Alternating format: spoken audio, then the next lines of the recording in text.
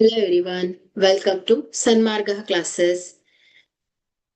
ಯೂಕ್ಲಿಡ್ನ ರೇಖಾಗಣಿತದ ಪ್ರಸ್ತಾವನೆ ಅಧ್ಯಾಯದ 2ನೇ ಪ್ರಶ್ನೆಯನ್ನ ಗಮನಿಸಿ.